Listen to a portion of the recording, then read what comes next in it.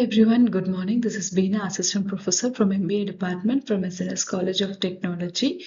So in my last two videos, we have gone through what is the introduction to the strategic management and what is the benefits and risk of the strategic management. And now we are going to look into how the strategic management is being evaluated in the business. So to begin with, let's have a small recap of these sessions of what is strategic management.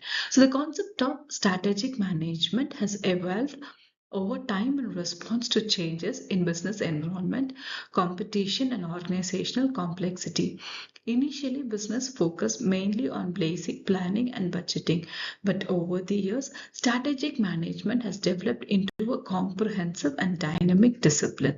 So that's we are going to get into the today's topics. Can you guess what is the today's topic? Yes, we are going to learn about how the strategic management is being evaluated in the business. So what are all the transformation this has been gone through from the earlier days till now. So to begin with, the strategic management evaluation, it has been evaluated over several decades, reflecting changes in business environments, technological advancements, globalization, and managerial practices. So the first and foremost, the earlier foundation where it is big before 1980s.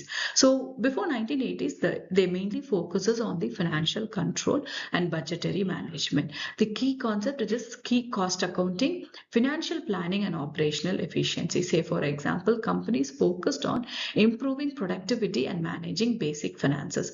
This period was marked by limited competition and primary focus on managing internal operations effectively rather than strategic long-term planning.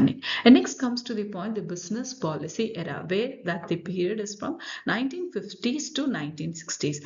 Focus policy development to guide decision making at the corporate level. The key thinkers, yes, the Alfred Chandler and the Peter Drucker, who have contributed and wrote many books on the strategic management. The key contribution is that they wrote the strategy and structure in the year 1962, where how to demonstrate the strategy, which indicates organizational structure. And then they have also given the introduction of case studies in business education to help managers understand corporate policy. Strategic planning began to take shape as organization started aligning internal policies with external competitive pressures. And the third thing is the how the growth of strategic planning is being done in the year of 1970s.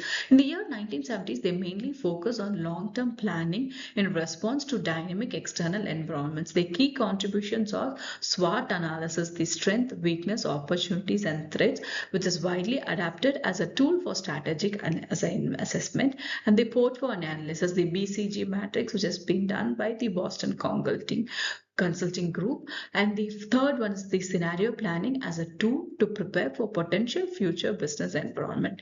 The firm begins adapting formalized, rigid planning frameworks to create competitive advantages. The fourth one will be the competitive strategy era that comes in the year of 1980s, where they focus on achieving and sustaining competitive advantages.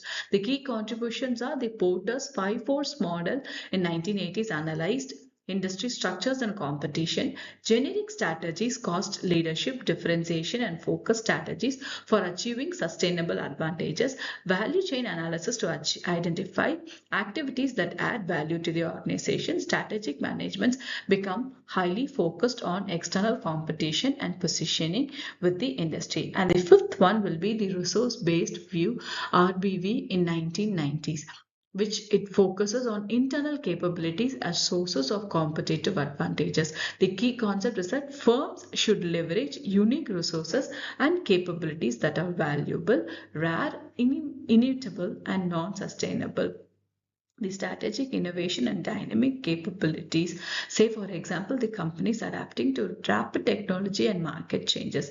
This era emphasizes leveraging internal strength and capabilities over simply responding to external pressures. The sixth one will be the strategic flexibility and hyper competition, where the rapid adaptation in the face of fast changing environments and higher competition. The key contributors are agile strategies to adapt to constant market shift, real option theory, a method of evaluating static decisions as flexible investment opportunities, emphasis on customer-centric strategies and globalization. Companies began to move away from the strategic planning towards adaptive and evaluating strategies. The first and the final one will be the digital transformation and the ecosystem where from 2010 to present. So focuses on leveraging digital technologies, innovation ecosystem and network effects. The key contributions are the business creating ecosystem of users, partners, and developers. The big data and AI, data-driven decision making for enhanced strategic insight, business model innovation, disrupting traditional models. Say, for example, subscription-based services, sharing economics, corporate social responsibility, and sustainability as strategic imperatives. The organization now compete by creating ecosystem and harnessing technology-driven advantages. So I hope this video gave you an information of how the strategic management is evolved from 1950s to till now. We'll meet you in my next video. Thank you.